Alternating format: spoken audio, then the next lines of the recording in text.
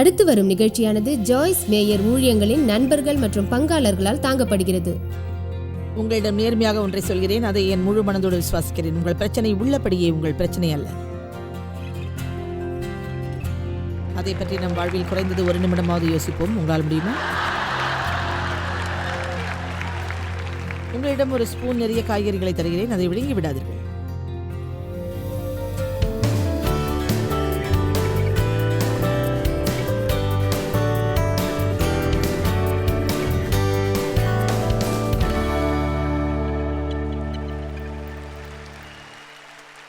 இன்று நான் குணத்தை பற்றி போதிக்கப் போகிறேன். ஒரு சில பேருக்கு குணத்தில் மாறுதல் தேவை என்று நான் நினைக்கிறேன். உண்மையிலேயே தேவியனிடம் கேட்டார், இன்று என்ன போதிக்கப் போகிறாய் என்று. நான் சொன்னேன், குறிப்பாக குணத்தை பற்றி போதிக்கப் போகிறேன்.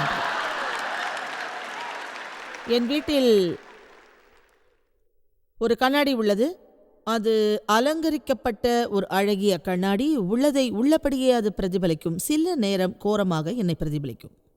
ஆனால் அதை பற்றி நான் கவலைப்பட மாட்டேன். சில நேரங்களில் அது எனக்கு தொந்தரவாக இருக்கும். இருந்தாலும் அதிலிருந்து நான் விடுபடுவேன். என்னை சரிப்படுத்திக் கொண்டு பிறகு வெளியே செல்வேன். ஒவ்வொரு முறையும் அது என்னை தொந்தரவு செய்யும். இருந்தாலும் அதை பொருட்படுத்த மாட்டேன்.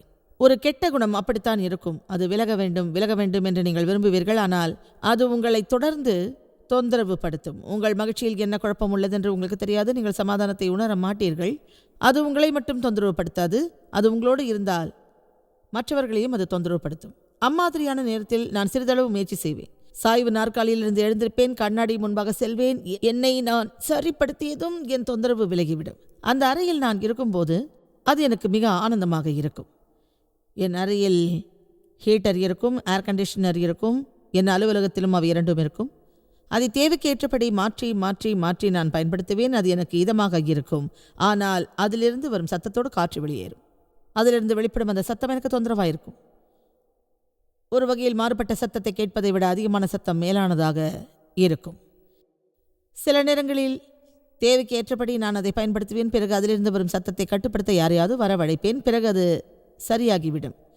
அதிலிருந்து ஒரு உண்மையை நீங்கள் புரிந்து கொள்ளலாம். உங்கள் குணத்தை ஓரளவு சரிப்படுத்தினால் எல்லாம் மெல்ல மெல்ல தானாக சரியாகிவிடும்.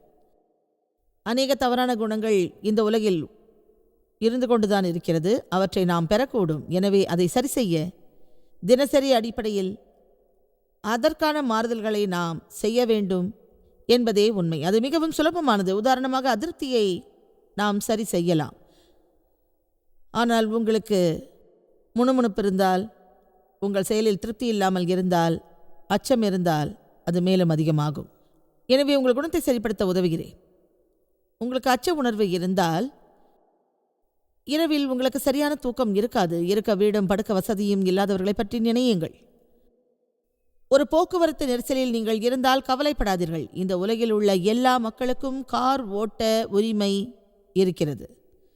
உங்கள் வேலையில் மோசமான நாள் இருந்தால் 3 மாதங்களாக வேலையில்லாதவரை நினையுங்கள். மற்றவர்களோடு உங்களுக்கு உள்ள உறவில் ஏதாவது ஒரு பிரச்சனை இருந்தால், உறவுகளே இல்லாத நேசிக்கப்படாத ஒருவரை பற்றி நீங்கள் நினைத்து பாருங்கள். ஒரு வாரத்தில் 4 நாட்கள் வேலை தருவதற்கு உங்கள் முதலாளி சம்மதிக்காவிட்டால் 3 வாரம் மட்டும் வேலை செய்யுங்கள். 7 நாட்களும் 12 மணி நேரமும் வேலை செய்து இந்த உலகில், இந்த நாட்டில் தன் குடும்ப உறுப்பினர்களை காப்பாற்றும் ஒரு பெண்ணை பற்றி நினைத்து பாருங்கள். உங்கள் கார் திடீரென்று பழுதடைந்து நிற்கலாம். அங்கிருந்து 1 மைல் தூரத்தில் மெக்கானிக் கடை இருந்தால் வசதி இல்லாமல் நாள்தோறும் மைல் கணக்கில் நடக்கும் மனிதர்களை நினையுங்கள். இந்த கூட்டத்திற்கு இன்று நீங்கள் வரும்போது 1 மைல் தூரம் தள்ளி உங்களுக்கு பார்க்கிங் பிளேஸ் கிடைத்து அதனால் நீங்கள் சிறிது நேரம் நடக்க நேர்ந்தால் உங்கள் குணத்தை சிறிது மாற்றிக்கொள்ளுங்கள். உங்கள் தலையில் ஒரு வெள்ளை முடி இருப்பதை நீங்கள் கண்ணாடியில் பார்த்தால், கேன்சர் நோயால் முடி அனைத்து முதிர்ந்து 1-2 முடிக்காக எங்கும் ஒருவரை பற்றி நினையுங்கள். எனவே எதிலும் அதிருப்தி கொள்ளாதீர்கள். இப்போது உங்களுக்குள்ள அழைப்பிற்காக நீங்கள் நன்றி சொல்லுங்கள். சில மக்களுக்கு நீண்ட காலம் வாழக்கூடிய ஒரு வாய்ப்பு இருக்காது. தங்கள் வாழ்விற்கான அழைப்பை அவர்கள் அறியவும் மாட்டார்கள். நீங்கள் மற்றவர்களின் வெறுப்புக்கு ஆளாகி இருந்தால், பிறரால் ஒதுக்கப்பட்டு பாதுகாப்பு இல்லாமல் இருந்தால் அது மேலும் மோசமாகலாம் என்பதை நீங்கள் மறந்து விடாதீர்கள். அதுதான் மனிதனின் வாழ்க்கை.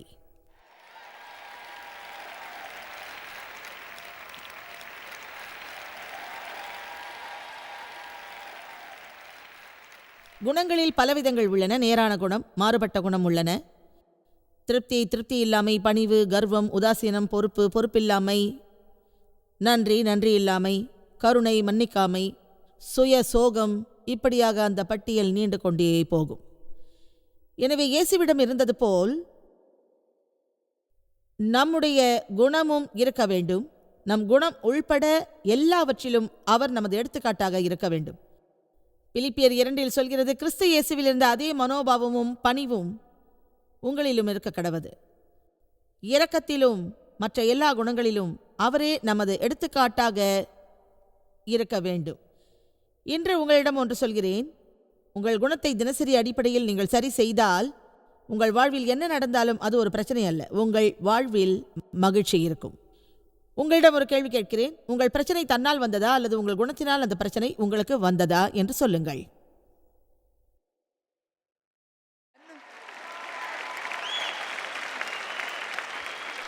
மீண்டும் கேட்கிறேன், உங்கள் குணம்தான் உங்களுடைய பிரச்சனையா?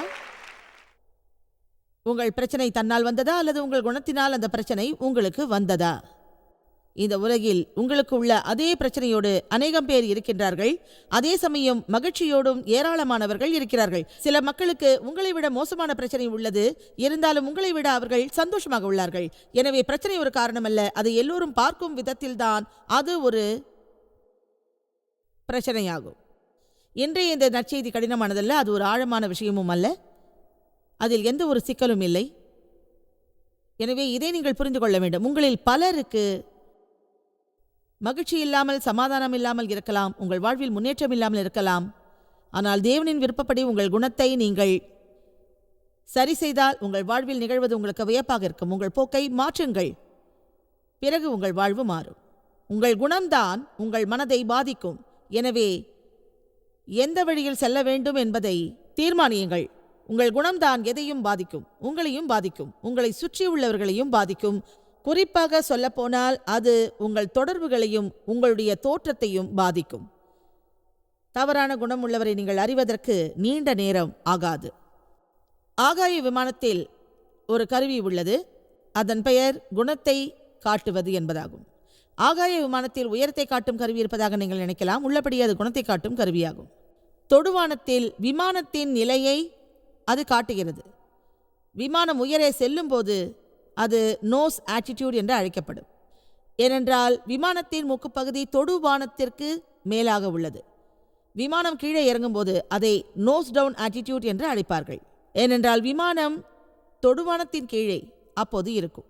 தொடுவானம் சராசரியை பிரதிபலிப்பதாக நினைப்போம். எனவே நமக்கு உயர்வான குணம் இருந்தால் நமது வாழ்வு சராசரிக்கும் மேலானதாக இருக்கும். நம்மிடம் குறையுள்ள குணம் இருந்தால் நம்முடைய வாழ்வு சராசரிக்கும் கீழாக இருக்கும். என்ன மாதிரியான ஒரு வாழ்க்கை உங்களுக்கு வேண்டும்? ஜாய்ஸ், தேவன் என்னை ஆசீர்வதிக்கும் நல்ல வாழ்வை தரவும் விரும்புகிறேன். தினமும் உங்கள் மனதையும் குணத்தையும் நீங்கள் புதுப்பிக்க விரும்புகிறீர்களா? தினமும் காலையில் நீங்கள் வேலைக்கு செல்லும்போது தேவனுக்காக சிறிது நேரத்தை நீங்கள் ஒதுக்குங்கள்.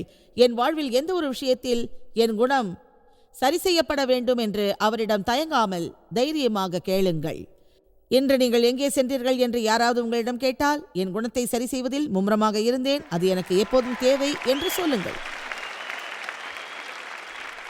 அநேகமாக காலை வேளைகளில் என் நிகழ்ச்சியை உங்களில் சிலர் பார்த்திருப்பீர்கள். அந்த நிகழ்ச்சி முடிந்ததும் உங்கள் குணத்தை சரி செய்து இருப்பீர்கள்.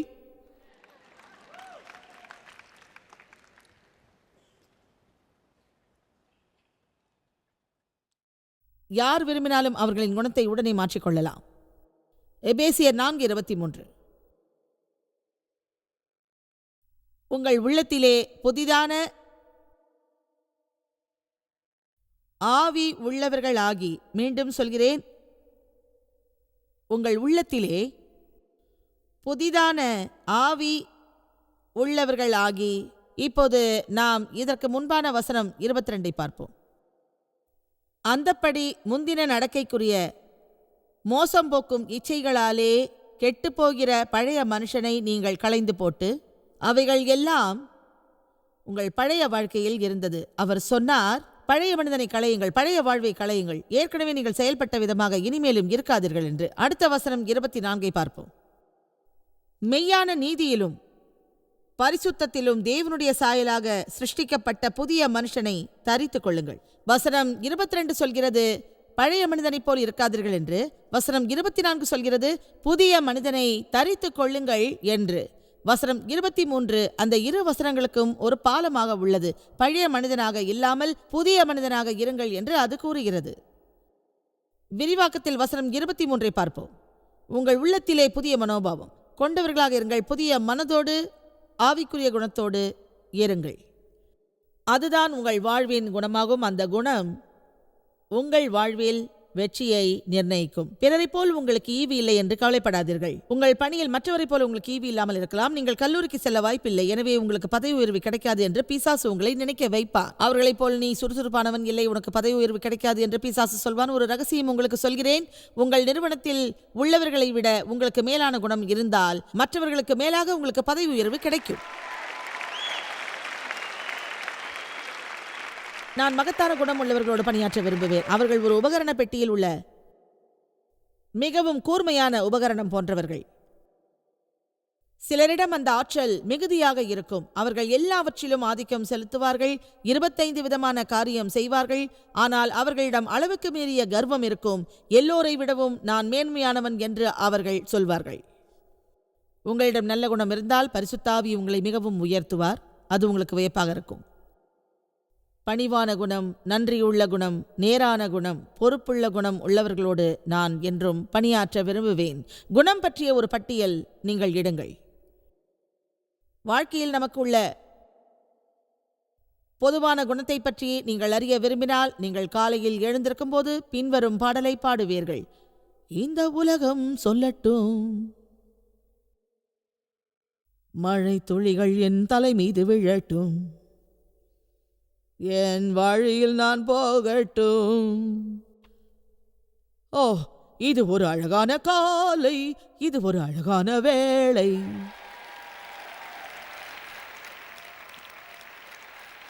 ஒரு விஷயம் உங்களிடம் சொல்கிறேன்.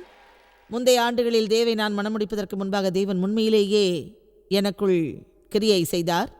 அப்போது நான் கோபமான, தவறான, குணமுள்ள ஒரு பெண்ணாக இருந்தேன். தேவ் ஒரு சந்தோஷமான நபராகவும் நேரான குணத்தோடும் இருந்தார். அவர் காலையில் எப்போதும் எழுந்தவுடன் பாட்டு பாடுவார். அந்த நேரத்தில் எனக்கு எரிச்சலாகி அவரை அமைதியாக இருக்கும்படி சொல்வேன். நீங்கள் அனைவரும் தினமும் காலையில் எழுந்தவுடன் பாட்டு பாடுவீர்களா? ஆனால் நான் தினமும் என் பிரச்சனை பற்றியும் எல்லோரும் எனக்கு என்ன செய்தார்கள் என்றும் நினைப்பேன். அவற்றில் இருந்து மீள்வதற்கு முயற்சிப்பேன். ஒரு வகையில் அது வேடிக்கையானது, ஆனால் அந்த துயர சம்பவம் உண்மையாகும். அதை பற்றி நான் பேச விரும்பவில்லை. அது ஏன் தெரியுமா? ஏனென்றால் நாம் பழைய பாட்டையே பாடுவதை கேட்டு தேவன் களைத்து விட்டார். சங்கீதத்தில் அநேக இடங்களில் அது பற்றி சொல்லப்பட்டுள்ளது. தேவனிடம் ஒரு புதிய பாடலை பாடுங்கள் என்று. உங்களுக்காக ஒரு புதிய பாடல் எழுதியுள்ளேன். அந்த பாடலை பாடுவதை அறியுங்கள். என் வழியில் எது வந்தாலும் சரி, எனக்கு இது ஒரு நல்ல நாளாகும். எல்லாமே இன்று நடக்கும். என் சம்பளம் இன்று உயரும்.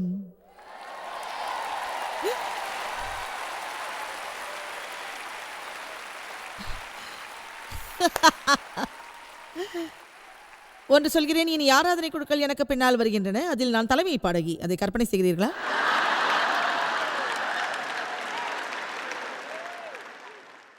இந்த உலகில் எல்லோருமே மகிழ்ச்சியாக இருக்க விரும்புகிறார்கள். ஏதோ ஒரு வழியில் உங்களுக்கு மகிழ்ச்சி வரலாம். நீங்கள் மகிழ்ச்சியை எப்படியாவது பெற முயற்சிக்கலாம், அல்லது அதற்கு உங்களை தயார்படுத்தலாம். உங்கள் திருமணத்தில் நீங்கள் மகிழ்ச்சி அடையலாம். உள்ளபடியே நாம் எல்லோருமே மகிழ்ச்சியாக இருப்பதை விரும்புகிறோம். உங்கள் வாழ்க்கையின் அடிப்படை விருப்பம் அப்படி இருக்க வேண்டும் என்றுதானே நீங்கள் நினைக்கிறீர்கள்? ஆனால் அதை அடையும் முயற்சியில் நாம் ஏதாவது தவறு செய்யக்கூடும்.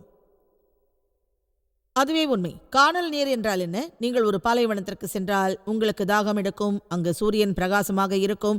அது பாலைவனத்தில் பிரதிபலிக்கும். அப்போது அங்குள்ள ஒரு குட்டையில் நீர் இருப்பது போல உங்களுக்கு தோன்றும்.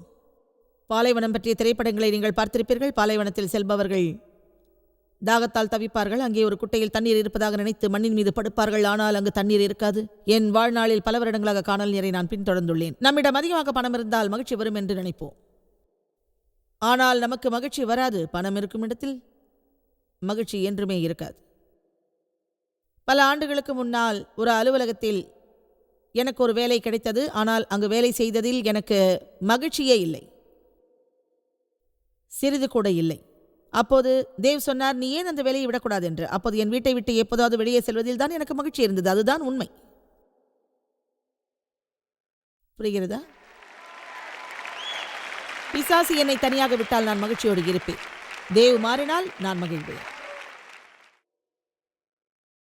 நான் கடைசியாக இந்த ஊழியத்திற்கு வந்தேன். தொடர்ந்து என் ஊழியம் வளர்ந்தது. அதில் எனக்கு மகிழ்ச்சி. நான் நேர்மையாக சொல்கிறேன், என் முழு இருதயத்தோடு சொல்கிறேன், உங்கள் பிரச்சனை உள்ளபடியே உங்கள் பிரச்சனை அல்ல. அதில் ஒரு சில நிமிடங்கள் நாம் இருந்திருப்போம், அப்படித்தானே? உங்களுக்கு ஒரு ஸ்பூன் நிறைய காய்கறிகள் வழங்குகிறேன், அதை விழுங்கி விடாதீர்கள். உங்கள் பிரச்சனை உள்ளபடியே உங்கள் பிரச்சனை அல்ல. உங்களிடம் நான் ஒரு உண்மையை சொல்கிறேன், உங்கள் பிரச்சனை அல்ல. உங்கள் குணத்தின் காரணமாக உருவாகும் பிரச்சனையே உங்கள் பிரச்சனை. எதையும் சிந்தித்துவிட்டு நாம் செய்ய வேண்டும். அந்த சிந்திக்கும் ஆற்றல் நமக்கு இருந்தால் பலமுறை அதை பற்றி நாம் சிந்திப்போம். நமக்கு பிடிக்காதவை மீது நாம் கவனம் செலுத்த மாட்டோம். நமது பார்வையை சரியானபடி நாம் செலுத்தினால் பெரிய அளவில் எந்த ஒரு பிரச்சனையும் நம்மை அணுகாது. சரியான அணுகுமுறை இருப்பதை பற்றி ஒரு சிறிய கதையை உங்களிடம் சொல்கிறேன். அன்புள்ள தாய் தந்தையே, நான் கல்லூரிக்கு சென்ற பிறகு இதை எழுதுகிறேன். என் மறதி குறைவுக்காக உங்களிடம் நான் வருத்தப்படுகிறேன். அதனால்தான் இதை எழுதுவது தாமதமானது. இதுவரை நடந்ததை பற்றி நான் விவரமாக எழுதுகிறேன். இதை படிப்பதற்கு முன் தயவு செய்து அமருங்கள். அமர்ந்து விட்டீர்களா? நீங்கள் அமராதவரை தயவு செய்து இதை படிக்காதீர்கள். நீங்கள் அமர்ந்திருப்பீர்கள் என்று நம்புகிறேன். இங்கு நான் வந்தவுடன் என் அறையில் ஒரு தீ விபத்து நிகழ்ந்தது. அப்போது ஜன்னலுக்கு வெளியே நான் குதித்த போது என் தலையில் எலும்பு முறிவு ஏற்பட்டது. இப்போது நான் சுகமடைந்துள்ளேன். எந்த ஒரு பிரச்சனையும் இல்லை. ஆனால் ஏதோ ஒரு சமயம் எனக்கு தலைவலி வருகிறது. நல்ல வேளையாக நான் தீ விபத்தில் சிக்கி கீழே குதித்ததை கேஸ் நிலையத்தில் இருந்த ஒரு உதவியாளர் பார்த்தார். அவர் ஓடி வந்து என்னை ஆஸ்பத்திரியில் சேர்த்தார். என்னை அடிக்கடி வந்து பார்த்தார்.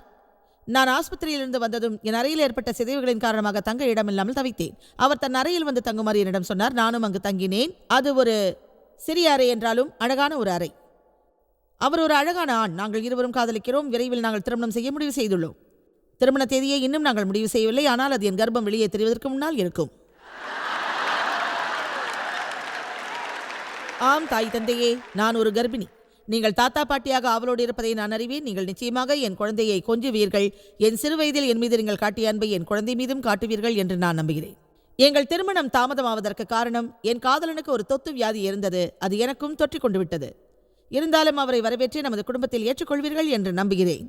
அவருக்கு சரியான படிப்பில்லை, ஆனால் ஆசைகள் மட்டும் அதிகமாக உள்ளது.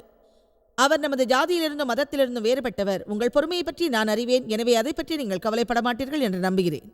என் அன்பு பெற்றோர்களே, உங்களிடம் ஒன்றுவிடாமல் நடந்ததை சொல்லிவிட்டேன். ஒரு உண்மையை இப்போது சொல்கிறேன். என் அறையில் தீப்பிடிக்கவில்லை. என் தலையில் எந்த ஒரு எலும்பு முறிவும் ஏற்படவில்லை. நான் ஆஸ்பத்திரியில் சேரவில்லை. நான் கர்ப்பிணியும் இல்லை. எனக்கு தொற்று வியாதியும் இல்லை. உள்ளபடியே எனக்கு காதலனும் இல்லை. ஆனால் நான் ஹிஸ்டரியிலும் சயின்ஸிலும் ஃபெயில் ஆகிவிட்டேன்.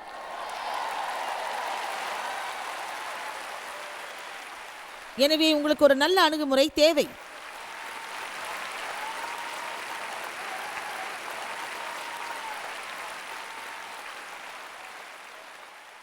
அப்போது அந்த பெற்றோர் என்ன நினைத்திருப்பார்கள்? கற்பனை செய்யுங்கள்.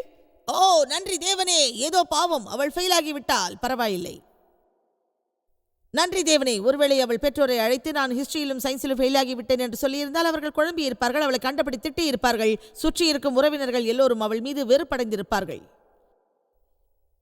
எனவே இன்று நம்மை சுற்றி நிகழும் பிரச்சனைகளை முதலில் அறிய வேண்டும். அதன் பிறகு மற்றவர்களின் மனநிலைக்கு ஏற்ப நமது அணுகுமுறையை வகுத்து சாமர்த்தியமாக அதை வெளிப்படுத்த வேண்டும். அதை மீண்டும் சொல்கிறேன். உங்கள் பிரச்சனை உள்ளபடியே உங்கள் பிரச்சனை அல்ல. உங்கள் குணம்தான் உங்கள் பிரச்சனைக்கு மூல காரணம். குணத்தின் மகத்தான ஒரு பிரதிபலிப்பு தான் உங்கள் பிரச்சனை. அதை நீங்கள் மாற்றலாம். ஆனால் அது மாறுவதற்காக நீங்கள் காத்திருக்க வேண்டாம். உள்ளபடியே உங்கள் குணத்தை நீங்கள் மாற்றலாம். விக்டர் பிராங்கிள் ஜெர்மனியில் ஒரு சிறை முகாமில் இருந்தபோது சொன்னார், மனிதனின் கடைசி சுதந்திரம் யாரும் அவனிடமிருந்து பறித்து கொள்ள முடியாத ஒரு விஷயம் எந்த ஒரு சூழ்நிலையிலும் தன் குணத்தை அவன் தேர்வு செய்வதுதான்.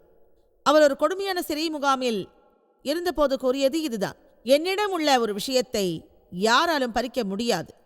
என் உணவை நீங்கள் எடுக்கலாம், என் உடையை நீங்கள் எடுக்கலாம், என் படுக்கையை நீங்கள் எடுக்கலாம், என்னை நீங்கள் தனிமைப்படுத்தலாம், கடினமாக உழைக்க என்னை கட்டாயப்படுத்தலாம். ஆனால் என்னிடம் உள்ள ஒன்றை யாராலும் பறிக்க முடியாது. என்னிடம் நல்ல குணம் உள்ளது, அதை யாராலும் பறிக்க முடியாது.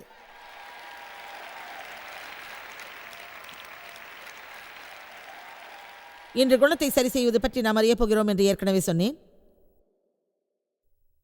எல்லோரும் மகிழ்ச்சியை தான் விரும்புகிறார்கள். ஆர்வத்தோடு கூட அது பற்றி பைபிள் பலமுறை சொல்லியிருக்கிறது. எல்லாமே நாம் செயல்படும் விதத்தில்தான் உள்ளது. மேலும் அது என்ன சொல்கிறது என்றால், வழக்குகள் மற்றும் சோதனைகள் வரும்போதும் நாம் மகிழ்ச்சியாக இருக்க வேண்டும் என்று. யோவான் 16:33 இயேசு என்ன சொல்கிறார் என்றால், உலகத்தில் உங்களுக்கு உபத்திரவம் உண்டு, ஆனாலும் திடன் கொள்ளுங்கள். அது ஒரு சத்தியம். அடுத்தவர் சொன்னது, எப்போது மகிழ்ச்சியாயிருங்கள். நன்றி. மகிழ்ச்சியோடு இருப்போம். ஏனென்றால் நமக்கு பிரச்சனைகள் இருந்தாலும் மகிழ்ச்சியோடு இருக்க வேண்டும். உலகில் எல்லோருக்கும் பிரச்சனைகள் உண்டு. அந்த பிரச்சனைகள் பலவிதமாக இருக்கும். ஆனாலும் மகிழ்ச்சியோடு நாம் இருப்போம். அதனால்தான் இயேசு சொன்னார், இந்த உலகை நான் மீட்பேன் என்று.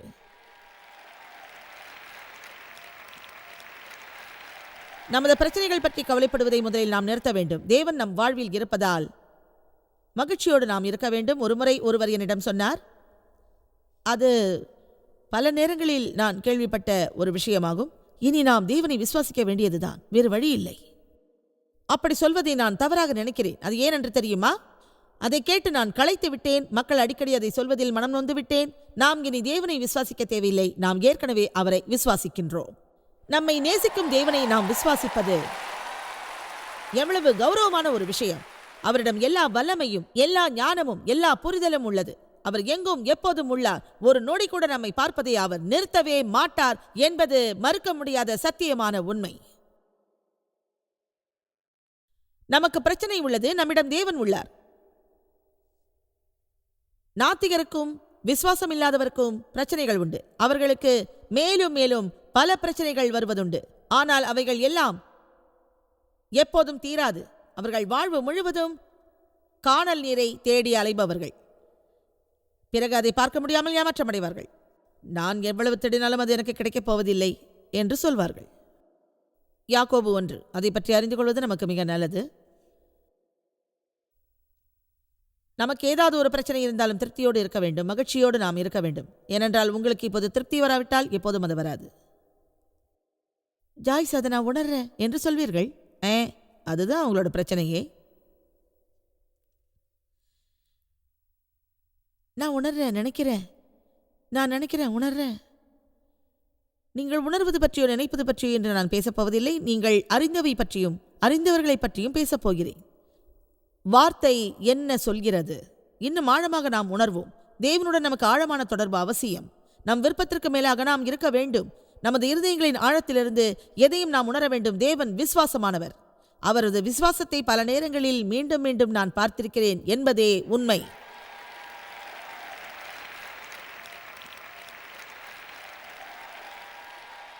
வசனம் 2, யாக்கோபு 1:2. என் சகோதரரே, நீங்கள் பலவிதமான சோதனைகளை சந்திக்கும் போது உங்கள் விசுவாசத்தின் பரீட்சையானது பொறுமையை உருவாக்கும் என்று முதலில் அறியுங்கள்.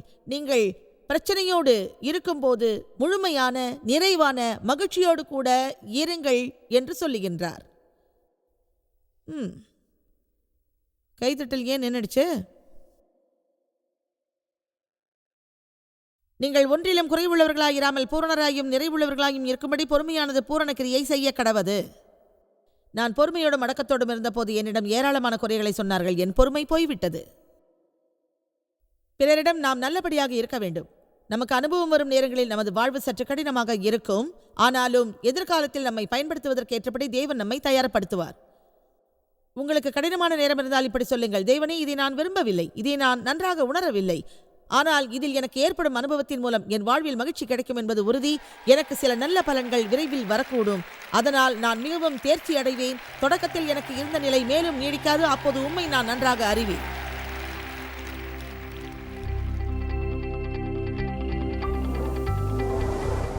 ஒரு விஷயத்தை நாம் எப்போதும் நினைக்க வேண்டும். நம்முடைய குணம்தான் நமது பிரச்சனைகளுக்கெல்லாம் உண்மையான காரணம். இயேசு கிறிஸ்துவை பின்பற்றுபவர்களாக நாம் இருப்பதால் பிரச்சனைகள் அதிகமாகிறது. நமது பிரச்சனைகளை தீர்ப்பவர் நமக்குள் வாழ்கிறார்.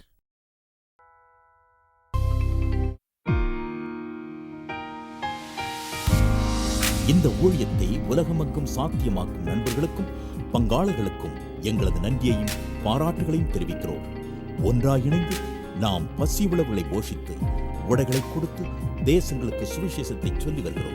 எங்களை தொடர்பு கொண்டு www.jmumindia.org-இல் உங்கள் ஜெப தேவைகள் மற்றும் எங்களின் வெளியீடுகள் பற்றி அறிந்து ஜாய்ஸ் அவர்கள் நிகழ்ச்சிகளை அறிந்து எங்களோடு இணைந்து தேவ அன்பை உலகிற்கு பரவச் செய்யுங்கள்.